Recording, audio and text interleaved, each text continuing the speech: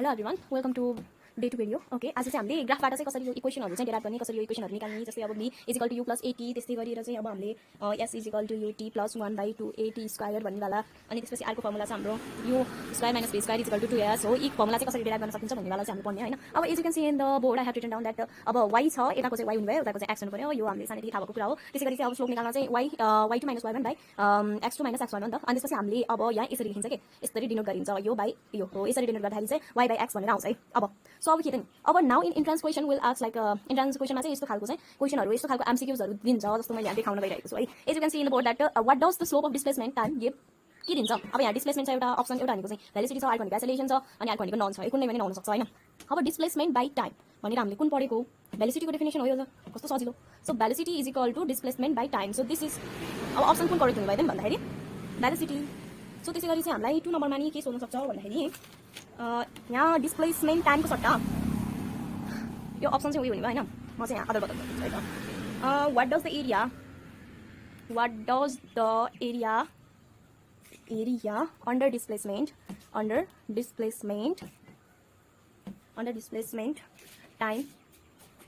Time graph give है, graph give के दिन्छ। सो अब यो x मल्टिप्लाई t गर्दा एरिया भन्ने बेला हामीले मल्टिप्लाई गर्नु पर्यो नि। जहिले पनि यो कुरा जानिराख्नु कि एरिया भन्ने बेला चाहिँ हामीले यो y * x गरिन्छ भने स्लोप निकाल्दाखेरि चाहिँ हामीले के गरिन्छ, y/x गरिन्छ। यहाँ लेखेको रहेछ। हामीले एरिया भनेर सोध्यो भने जहिले पनि y * x भनेर भनिन्छ भनेदेखि स्लोप भन्ने बित्तिकै हामीले के गर्नु पर्यो, y/x। एरिया भन्ने बित्तिकै मल्टिप्लाई गर्नु पर्यो, अनि स्लोप भन्ने बित्तिकै डिभाइड गर्नु पर्यो। अब यहाँ हामीले चाहिँ x * z गर्दा चाहिँ कति हुने भयो त। यस्तो त कुनै नै फर्मुला छैन हाम्रो, कुनै पनि केही निकाल्न मिल्दैन नि त। त्यही भएर हाम्रो अप्सन करेक्ट चाहिँ के हुन्छ भन्दाखेरि नन है, डी नम्बर चाहिँ करेक्ट छ। त्यसै गरी अब 3 नम्बरमा के सोध्न सक्छ भन्दाखेरि what does the slope of velocity. मैले फेरि यहाँ बदलेँ तर अप्सन चाहिँ उयो छ है। व्हाट डज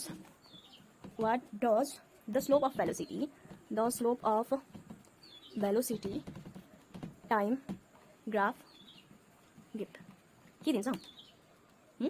अब भेलोसिटी बाइ टाइम भनेको त के हो, भेलोसिटी बाइ टाइम भन्ने बित्तिकै त हामीले के भनेर पढेको, एसोलेसन हो नि त। भेलोसिटी पर जति चाहिँ इन्क्रिज भयो त्यो भेलोसिटी बाइ टाइम भनेर हो, त्यसलाई नै हामीले चाहिँ एसोलेसन भनेर पढेको होइन त नि हो। त्यही भएर option C is correct.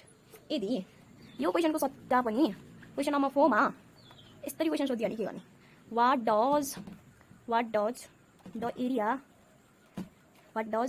Area under velocity है, area under velocity time give है, टाइम ग्राफ गिभ। यस्तो खाली ग्राफले चाहिँ के दिन्छ, यस्तो खाली ग्राफले भेलोसिटी मल्टिप्लाई टाइम भनेको त्यो के हो, यो भनेको त डिस्प्लेसमेन्ट हो। त्यही भएर डिस्प्लेसमेन्ट इज करेक्ट। सो यसरी चाहिँ हामीले सल्भ गरिन्छ। यस प्रकार चाहिँ हामीलाई इन्ट्रान्स एक्जामिनेसनमा चाहिँ क्वेशनहरु आउँछ। त्यसैगरी चाहिँ हामीले यदि ग्राफमा चाहिँ मानौ 1 2 3 4 5 है, यो 5 है सरी, अनि त्यसपछि यहाँ 1 1 2 1 3 1 4 1 5 है। अब त्यसपछि यहाँ मानौ एउटा ट्रायंगल छ है, ट्रायंगल छ है। अब यहाँ चाहिँ t सेकेन्ड हुने भयो, टाइम हुने भयो। त्यसैगरी उता चाहिँ भेलोसिटी v ms हुने भयो है। अब यहाँ चाहिँ हामीलाई के भनेर सोधिदियो भनेदेखि क्याल्कुलेट द टोटल डिस्प्लेसमेन्ट भनेर यो दिन सक्छ। अनि हामीले क्याल्कुलेसन गरेर अनि अप्सनमा टिक लाउने हो के हैन। Displacement of a body when it moves from 0 to b। अब यो चाहिँ 0 to b, यो त जहिले पनि ओरिजिन हो नि त, इज वी अल नो हैन। अनि त्यसपछि मानौ यो a भयो, अनि त्यसपछि यो चाहिँ b भयो भनेदेखि अब 0 to b मा जाँदाखेरि कति हुन्छ, 0 to b भनेको त यो होइन न। सो 0 to b मा जाँदाखेरि चाहिँ अब डिस्प्लेसमेन्ट निकाल भने, अब डिस्प्लेसमेन्टमा चाहिँ हामीले के निकाल्न पर्छ हैन, एरिया निकाल्न पर्छ। एरिया भनेको displacement area is equal to 1/2 b * h, हाम्रो ट्रायंगलको फर्मुला हो नि त। अनि अब हामीले 1/2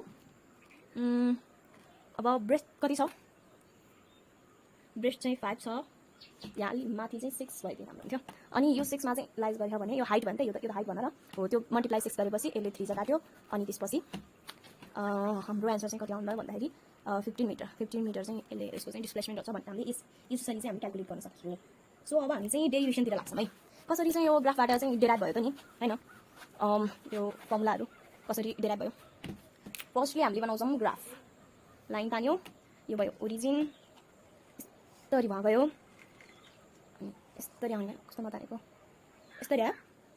अनि यो यो यो यो हामीले जोडे जस्तो गरियो, अनि यसलाई चाहिँ हामीले थीटा मान्यो। अहिले यो जोड्ने काम त पछि हुन्छ, तर फर्स्टली चाहिँ हामीले के बुझ्नु पर्यो, यो चाहिँ भेलोसिटी हो, मिटर यो मिटर पर सेकेन्ड भइहाल्यो अनि यो चाहिँ टाइम हो है यो टाइम हो अब यो पोइन्टलाई चाहिँ हामीले ए सपोज गर्छ त्यसै गरी यो पोइन्टलाई चाहिँ हामीले बी सपोज गरिन्छ होइन अनि त्यसपछि यो पोइन्टलाई हामीले यो पछि सपोज गर्ने कुरा हो यो अहिले हामीले पछि युज गर्छ होइन अब यो ए को पोइन्टमा चाहिँ के हुने भयो 0 र यु हुनु भयो नि भेलोसिटीमा त यतातिर यु भयो अनि त्यसपछि बीतिर चाहिँ के हुने भयो टी र भी हुने भयो here v is equal to final velocity u is equal to initial velocity अनि त्यसपछि t is equal to time taken भइहाल्यो सो हामीले यसै अनुसार चाहिँ क्याल्कुलेट गर्ने होइन हामीले क्याल्कुलेट गर्ने main formula main equation derive गर्ने derivation of equation of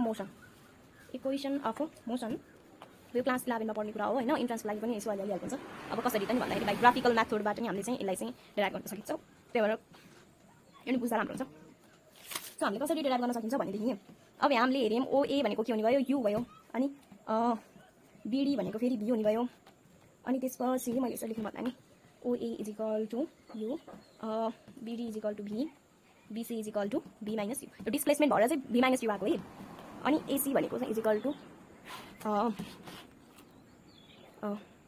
T भयो अनि त्यसपछि चाहिँ हामीले कसरी निकाल्नु पऱ्यो भन्दाखेरि अब स्लोपमा चाहिँ अब slope of AD is equal to हामीले के गरिन्छ एबी ले चाहिँ हामीलाई के दिन्छ slope of AB gives us acceleration slope of एबीले चाहिँ हामीलाई एसर्लेसन दिन्छ है अब त्यसपछि चाहिँ एबीसीलाई मात्र के हुन्छ ABC slope of slope of एबीलाई चाहिँ tan theta is equal to BC by AC is equal to be minus C by D यसरी आयो tan थीटा भन्ने बित्तिकै हामीले बीसी बाइ एसी हैन हो यसरी परपेन्डिकुलर मान्दाखेरि चाहिँ हो यसरी चाहिँ हामीले के गरियो सिम्पल एसर्लेसन भयो अनि त्यसपछि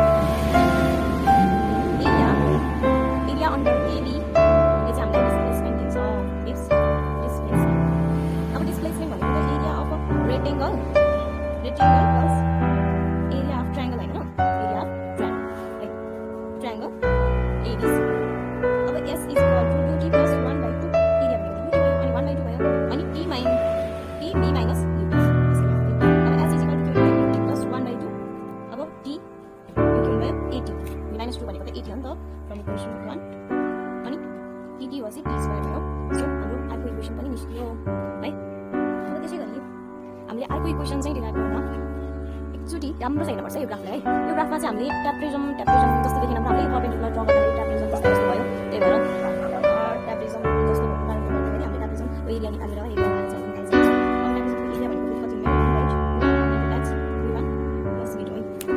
अब ट्याप्रिजमको एरिया कसरी भयो भने जस्तो होला यो सुरुमा यो यसरी भएको यस्तै गएको छ अनि यस्तै गएको छ अनि यो यसरी चाहिँ ट्याप्रिजम भयो अब यो